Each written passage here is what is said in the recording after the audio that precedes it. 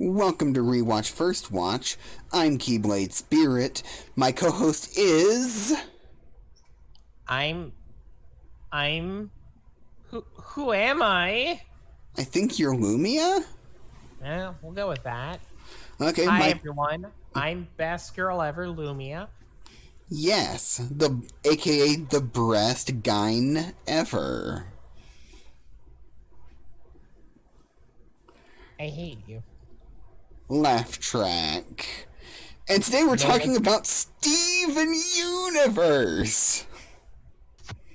I don't know how you did it. I guess it wasn't you. I shouldn't be attributing this success to you. I don't know how it happened, but these episodes were mainly good. Yeah.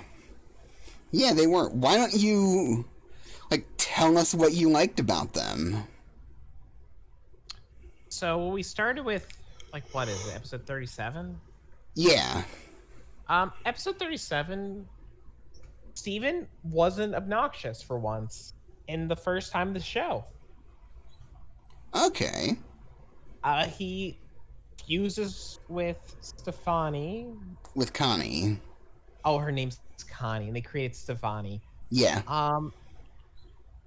And their little adventures was really fun and cute. Seeing Garnet smile was really cool. Yeah. That's... Yeah, that's our first concrete foreshadowing that Garnet might be a fusion herself. Well, too bad I already knew that.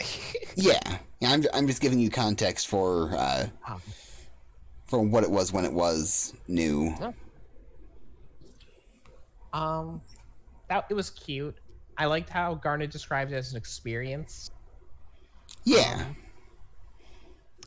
I don't know why they defuse, and the episode just ends randomly. Yeah, I don't know why the episode ended there either, but the reason they defused, I think, is that they were no longer in sync. Okay. One thing that we saw was, at the rave, we were seeing both Steven's enthusiasm for going out and dancing, and then also Connie's anxiety about people watching her dance. That is true. Yeah. And so with Stefani, that manifested in them in just a contradiction in their way of thinking. I liked how at the beginning of their fusion they both were talking as themselves in the body, and eventually their thoughts became one and they just spoke as one. Yeah. And you could, in Stefani's voice, you can kind of tell when they're talking as Steven and when they're talking as Connie still. Yeah. It's done very well. Yeah. And I think that's a new voice actor too. Oh, cool. Great design. It was a fun episode. I liked it. Like I said, the ending was abrupt and made no sense to end there. It kind of just ends. Yeah. Yeah, the guy that was hitting on Stefani comes back later, and he continues to be the best antagonist, the best human antagonist in the show, in that it's very easy for him to hate him. I mean, they just wrote him as a douche. Yeah, well, he comes back and he continues being just that. I expect nothing less. Yeah. And he's it's done very well how much of a douche he is, I think. Okay. His name's Kevin, by the way. I don't know if that... He said his name was Kevin. Okay. I didn't remember him mentioning his name. He does in a very obnoxious way. Okay. I mean, he's supposed to, because he's supposed to be a douche, so it's fine. It was a good episode. What was the episode after this again? The episode name? No, the episode after this. The episode after this was I think it was Steven and No, it wasn't. I'm looking at the episode names. That was the one after this was The Test. Oh, with a this was a good episode too. Yeah. This is probably my favorite episode that I've seen so far. Okay. In this episode, Steven wants to prove himself from his initial failure on an earlier mission. I did see that episode, and I hated Steven for his obnoxiousness in that episode. And I agree with the gems that he has grown since then. Yeah. And seeing, I thought to myself, before Steven found out about that they were all rigged in his favor, that these tests seemed a little easy compared to the things he's already done. Yeah. Like, they were very gamey. Yeah. And then to see that they were just there to just give him the feeling of accomplishing something, and seeing the gems talk about Steven without him being there. Yeah. It was very nice. I like to see the emotional trust, and it makes me wonder if Steven's decision to not tell them he knew was smart or not. Yeah, I don't know if that really comes back in any meaningful way. I was hoping it would, because it seemed like the kind of thing that should. Yeah.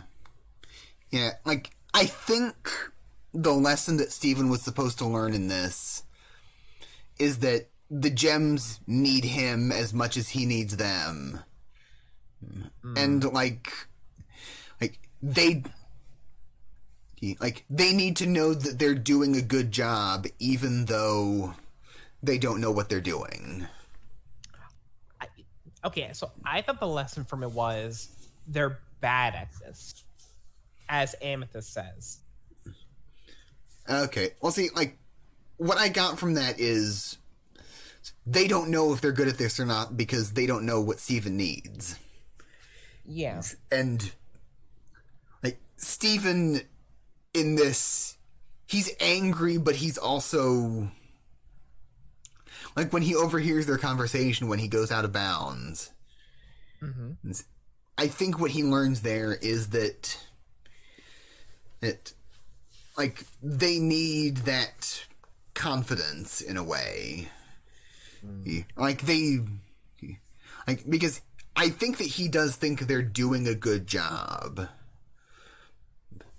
But he just are they actually doing a good job?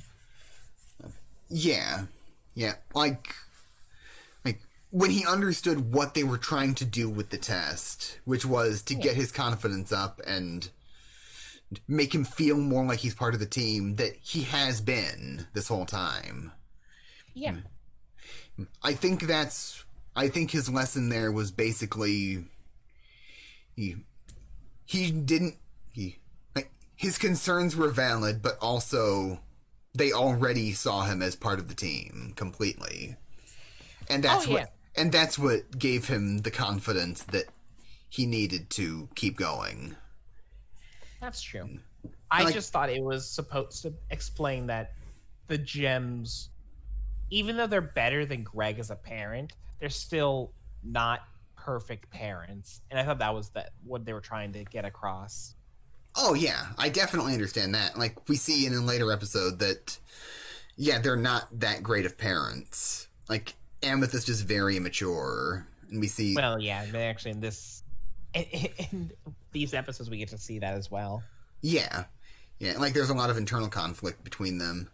And this episode also does a really good job of, when you grow up, and this would be later in life than Steven figures it out, but when you grow up and you start to figure out that, even if you're not their first kid, your parents generally don't know what they're doing when they're raising you. They're just making it up. Heard. Huh? That's what I've heard. Yeah. They don't... the moment you realize that your parents don't really know what they're doing, and so all they can do is their best, that's like a very, like, to me that took a lot of weight off my shoulders, realizing that in the real world nobody knows where they're going. They just have to do their best, and that's all you can do at the end of the day. That's true. That's true. Um, it was another good episode. I like these emotional bits. Steven wasn't acting like Steven again. It was great. Yeah. More of this. More of this lore shit. More of this emotional shit about them. Less. Yeah. I'll get to the episodes that I want less of when we get to them. Yeah. Yeah. Next one is Future Vision. We get to learn about Garnet's ability to see the future. Oh yeah, and then causes Steven to become anxious about everything. This was just another. I liked the idea of Steven going paranoid. I thought it was fun, but Yeah. you know, it's Steven, and it's just a comedy episode. The comedy episodes of the show are bad. Yeah. Yeah. Like, see, what I liked about it was that, like, I think what it was going for was portraying that phase in a child's life when they are starting to see that everything is potentially dangerous. And Steven's just able to see that in a very literal way. I don't recall being paranoid about the world like Steven is. Yeah, well, that's usually much earlier in life than what Steven is seeing here. Oh. And, like, they become very attached to a parental figure because of that. Like, one of the more foundational psychologists in the field of development or one thing that they said was that there's one phase in a child's life when the mother is seen as like the home base for the child, from which they go out and explore the world. Okay. Like, so this was sort of like a regression in a sense for Steven, because he became very attached to Garnet because he was starting to notice how dangerous everything is. You know? Yeah. I'm just wondering, why did Garnet just... Garnet... I guess what it does is having the ability to see into the future takes a lot away from danger in future sequences now. Yeah. Because Garnet knows what they're going to deal with now. Yeah. Well, I think what it does is it sort of moves the stakes from mortal danger to emotional danger. I guess. Yeah. But I mean, now when they go on missions, I now believe that there's like I mean, I already knew that no one was going to die, but it just takes that chance of feeling that way away. Yeah. If Garnet's around, I'm sure everything will be all right. Yeah, but at the same time, like, I don't feel like I don't feel like the mortal stakes are that important in the show in the first place. It can be, depending on the kind of show. Yeah, I mean in this show in particular. Because another thing that this show sets up is that because of her future vision, Garnet has a lot more emotional, not issues, but a lot more emotional management that she has to do. Yeah. In order to figure out how to act. It just makes because that takes away death as a concept, effectively. with Future Vision. Yeah. Which is an emotional part of life. Yeah. I don't think there are any true deaths in Steven Universe, but there is still loss that Steven has to deal with. It just doesn't, that's the issue I have with people who can see the future in shows like this. Like, I think Hit was able to get through that the best because he can only see 5 seconds into the future. Yeah.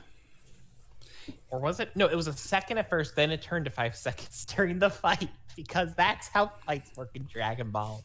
God, I love Dragon Ball. Yeah. Yeah, well, and then also, like, the thing that Garnet says to sort of explain the mechanics of her future vision is that she's not really seeing the future so much as she just has the map and she's steering the boat the best she can. Yeah. And there's an episode much later where Garnet like tries to shake up her future vision. Like, she just starts doing things at random in order to try to get to a future that she couldn't predict. And that's an interesting use for future vision conceptually. Okay. That's cool. I don't know. Stakes have been massively lowered for me. Yeah. For all combat missions. That's fair. And I don't think the show will recover from that for me. Okay. I can understand that. Even if I already know, as you said, there's no real deaths in Steven Universe. Just because, like there are characters I know who for a fact don't die in Legend of the Heroes. I've seen the show twice. But when a character I know who's gonna who either when I know when they die or, is getting close to it, it still excites me because I know the chance is there, even though if I know the outcome. Yeah, that's fair. Like, there are cases where Garnet steers wrong, in a sense. At least I think there are.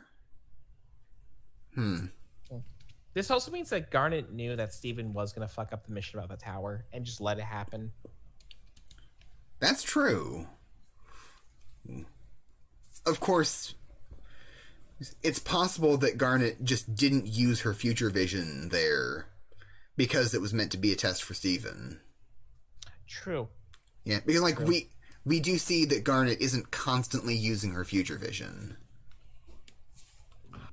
That is true. I don't know. Wouldn't you use your future vision on every mission beforehand as a precaution? Maybe, but like if the purpose of doing the mission is to test somebody else's proficiency, I think that's a case where you wouldn't want to be using it, because then you could potentially tamper with the test. That is true. I'll give you that. Yeah. Yeah, and we see other things that are done with the concept of future vision. I think a lot of the stuff before season 5 I mainly have vague memories of. You are fine. Well, the next episode was cool. Oh yeah, I forgot. There was an Eva reference that was cute. Oh yeah, in the test. That was Rebecca. Oh, Sugar and her anime references. I mean, the next episode has a very obvious... oh shoot, who's the horror guy? I'm blanking on his name. He wrote Uzumaki. Yeah, he wrote Uzumaki. Oh yeah, Junji Ito. Thank you. There's an obvious Junji Ito reference in the next episode. Yeah, a reference to the Mystery of Amigahara Fault, I think it was called. That is correct. Yeah, okay. Yeah, the one about the holes. Yeah. Yeah. I mean, I know the show has a lot of anime references. I've caught a few. It was cute to see this one. Not that Juji Ito doesn't get the love he deserves. He's pretty well renowned, but you know. Yeah, I'm looking forward to the Uzumaki anime. Me too. So yeah, the next episode we got to learn some lore about a war. Yes. And yeah, we got some war lore. yeah, and that Amethyst fought on the wrong side of the war. Well, I guess we don't know if she fought on the wrong side of the war. They kept it very vague. Yeah, actually what happened was Amethyst didn't fight in the war at all. She was... You may have noticed her hull was very low Lower. and lower and smaller than all the other hulls. That I did. Yeah. She emerged late. And I guess I think they just kind of assumed that she was failed in some way. And then she came out much, much later. And she kind of just lived in the kindergarten for a while. Okay. And it was fun to see how that still bothered her, and Pearl was just oblivious to that fact. Yeah. Yeah, and like the fact that Pearl was hiding it from Steven hurt Amethyst a lot because and Pearl just saw it as Steven's not ready to know this about our history yet. But to Amethyst, it's like a crucial aspect of her being. I mean, the way it is true that Amethyst never said she was from space, which I just assumed she was, like everyone else. Cool to see this twist on her character. Yeah. I'm just used to Pearl hiding pretty much all knowledge from Steven until it's relevant. Yeah. Because Pearl's extremely overprotective. Yeah. Yeah. Well, it kind of reminds me of... It kind of reminds me of the way, like, our history classes hide a lot from us. Like, Pearl kind of wants Steven to just be proud of the fact that he's a gem. Because he is one of the good gems. But at the same time, that means that she also feels like she has to hide a lot of information from him as well. I get it. It's just Pearl has been consistently hiding information from Steven for a while now. Like, there's a lot of pieces we don't know. Yeah. Yeah. Which I guess is just more of like a long-running issue I have with Steven Universe, because I know this is a long show. It's like, what, 150 episodes? That sounds about right. Okay, yeah. Like, I feel like if they were going to tell I guess you do need some of the downtime. I feel like the story could have been cut in half, personally. Yeah. Yeah, like, there are a lot of episodes that feel like filler episodes. Yeah. I will say that much.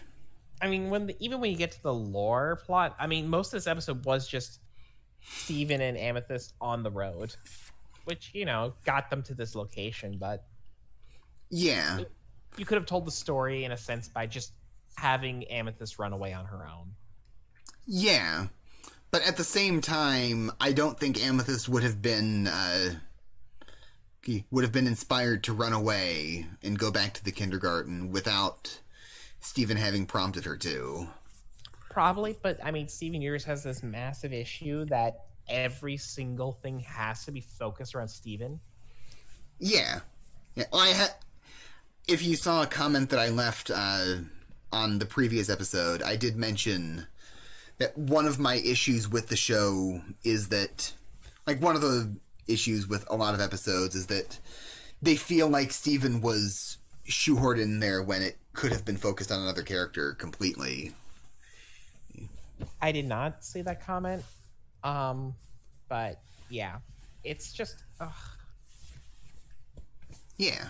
Steven Universe would be so much better if they gave all the characters time to breathe when they're not babying Steven. Yeah, that's true. like I want to see how Garnet and Pearl act on their own, because character interactions are different with different people involved. Yeah. Everyone knows this. Yeah. It's why the 5 warrior archetype works so well. Yeah, and on top of that, the one thing, like the payoff to the entire thing with Steven, like the payoff to the entire show being focused on Steven, and that wasn't planned when the original show was in production. Because the payoff to that is there's an episode in Steven Universe Future, which wasn't initially planned, but I guess they probably still had some episode ideas that were thrown in there as well.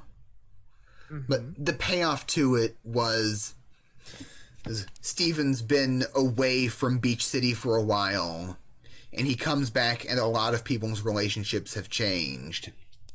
You mentioned this to me. Yeah. But I mean, that could still have worked. Just, instead of like the whole mission arc, we get an episode dedicated to the 3 gems while, Steven's off playing with Connie, and it's just the gems talking about how they don't know if they're doing a good enough job, and they're scared that they're not doing good enough, etc. You get the same message across, but with just the gems doing their own thing. Yeah. As well as you could have some comedy moments between just Pearl and Amethyst. Yeah, that's fair. That's fair. Like, I do... Yeah. Like, when I said that episode is the payoff, I do think it's still a problem with the show that the entire show has Steven as a few-point character. Yeah, like, I think that episode could still have worked if, like, and there was the horror episode that comes up this episode. And that... Steven didn't really need to be there because he does nothing in the episode. He's just there. Yeah, like the entire purpose of Steven being in the episode is that he initially asked Lars to go to Ronaldo's place, and even then, and Sadie was also already going. Yeah, and Lars has a thing for Sadie, and Sadie has a thing for Lars, so Yeah. Like, it could have worked. It just... Yeah, like the only... Like if every episode of Foster's Home focused on Blue. Yeah, kinda. Like, the only thing that Steven did in that episode was he bubbled the gem and sent it off. And even then, like... I guess Steven was needed for that, but it could have just been a real ghost. Or instead of all the issues, they they get into a fight and they find some old photos and they think back. Yeah, or even they find the old the ripped up photo. Yeah, the old ripped up photo and use that. Or they could have still included the gem that was using the lighthouse as a body. And they just called Steven at the end.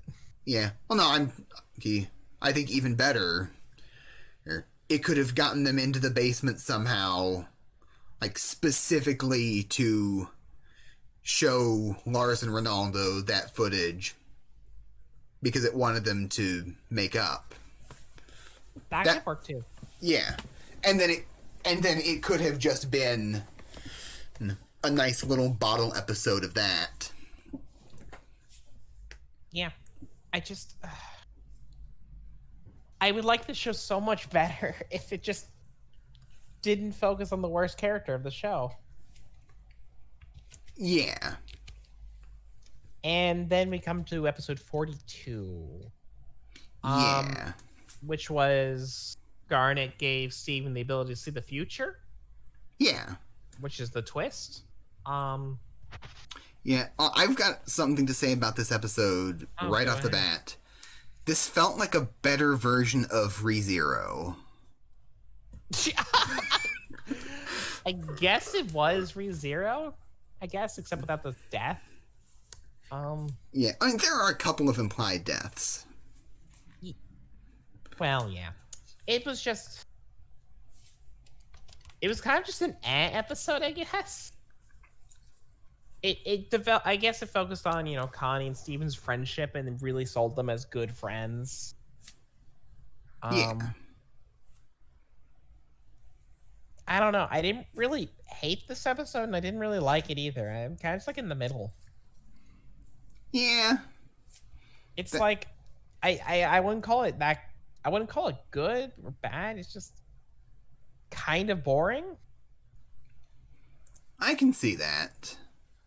And, like, I think a big part of it was, like, it's very obvious what lesson Steven had to learn here. Be responsible. Yeah, like, do the responsible thing and get Connie home immediately, and things will end up working out. And they did get to see the snowfall through the window together, Which was very cute. Yeah. That was cute.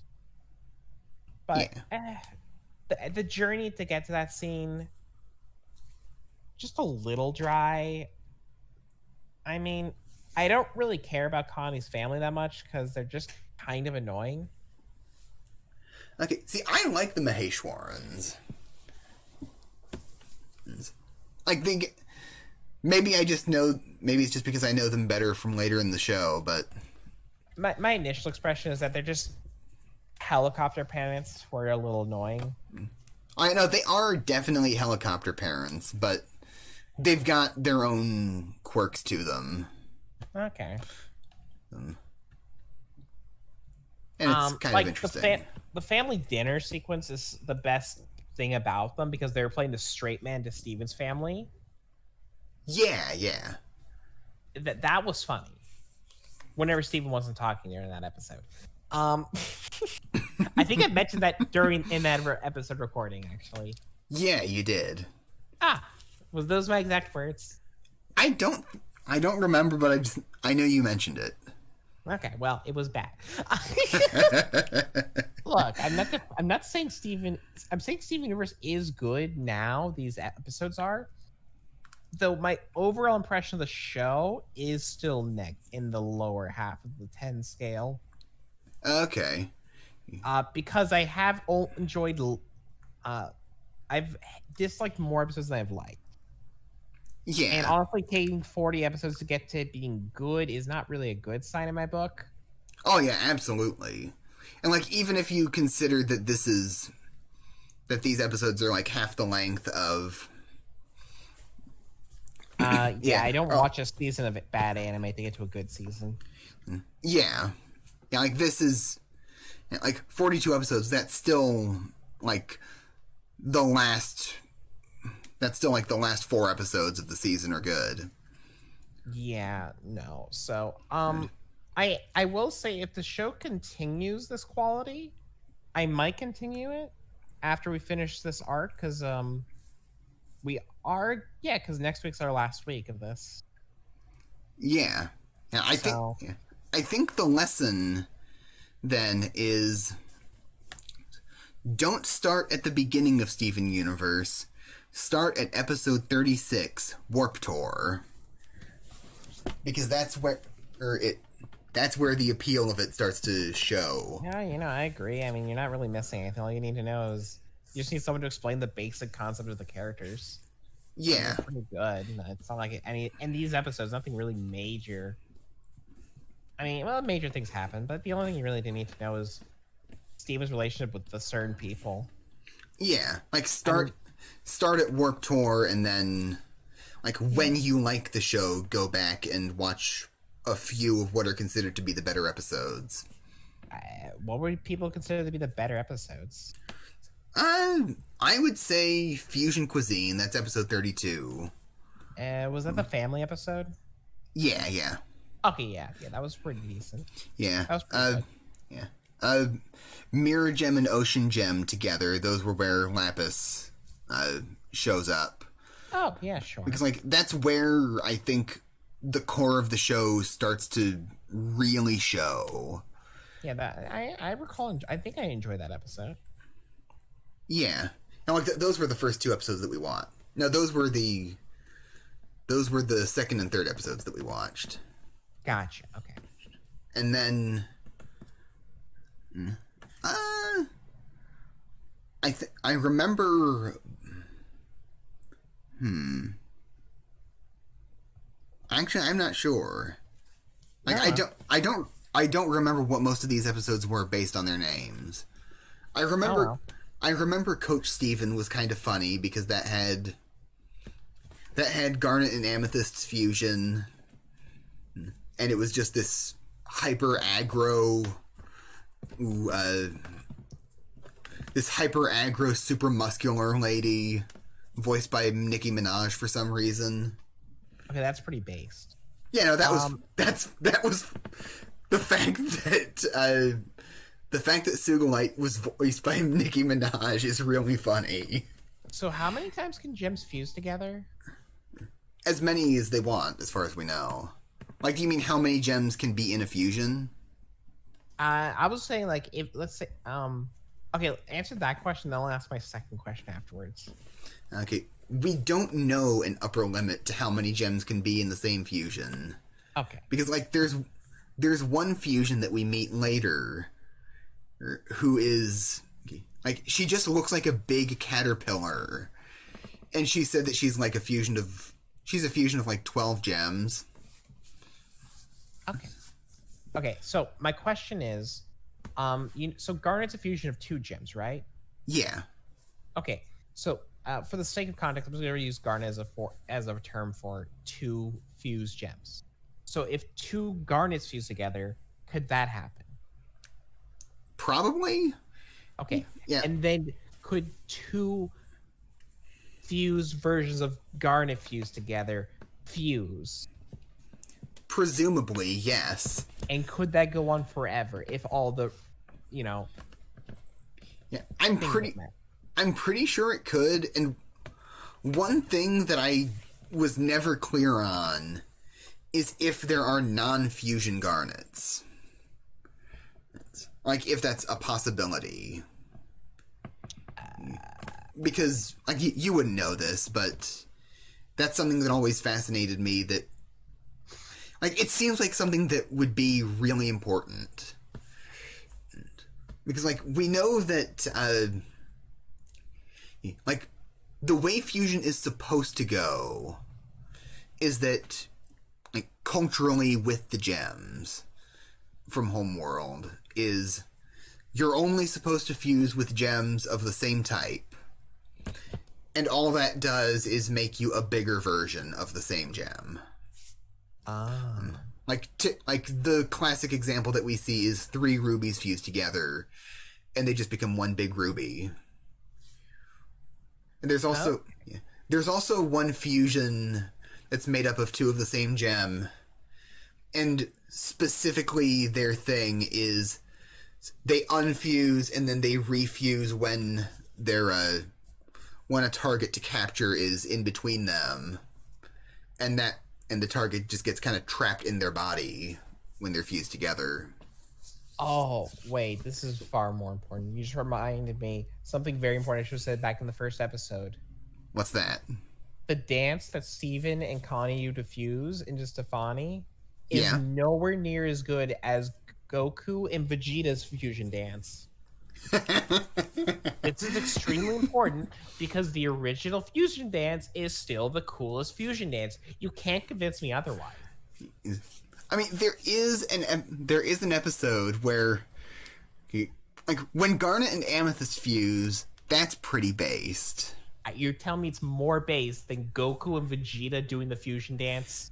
I wouldn't say it's more based, but it's I thought. it's like a tier. I'll have to show you that clip, and then should I show you that clip, and then we'll come back and you can say your thoughts on that. Sure. Do you want me to stop recording right now, or? Yeah, stop recording. Okay. Okay, bye. See you in a second.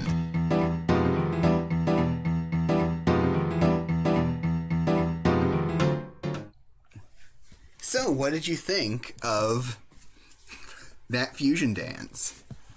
It was cool, but it's no Goku and Vegeta fusion dance. Okay, I can understand that. I mean, you gotta remember, it's Vegeta dancing. The man, the most masculine man who ever lived besides Broly, doing, as he would put it, the most feminine thing a pure-blooded Saiyan like him could do: dance. Yeah, that's fair. Fucking incredible. Yeah, like that context makes it better. Right? And besides the fact that dance is hilarious on its own. Yeah. It's worth noting in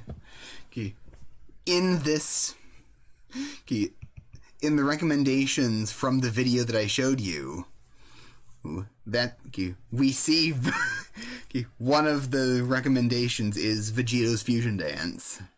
Is it the one from the Broly movie? It says Vegeto's alternative fusion dance. It looks like it's in the. It looks like it's in one of the games. Oh, okay. I don't know. All I know is the Broly song and theme is the best theme ever. You can't tell me anything else. I love Broly. God, I love him. Oh, when are we going to talk about Broly? We'll do it in a future rewatch first watch. Woo! I love Broly. He's so cool. I mean, have you seen a guy look as cool as Broly? I mean, I haven't. I literally haven't because I haven't seen Broly. Oh, it's making me sweat as we speak. Okay. Like the video, subscribe to the channel. Guys? Are you Broly fans? I'm a Broly fan.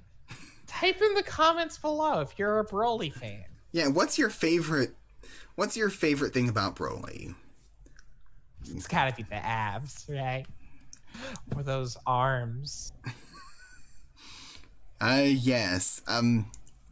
Yes, leave those comments, please. Leave it in multiple comments so we can get maximum engagement. Go Broly.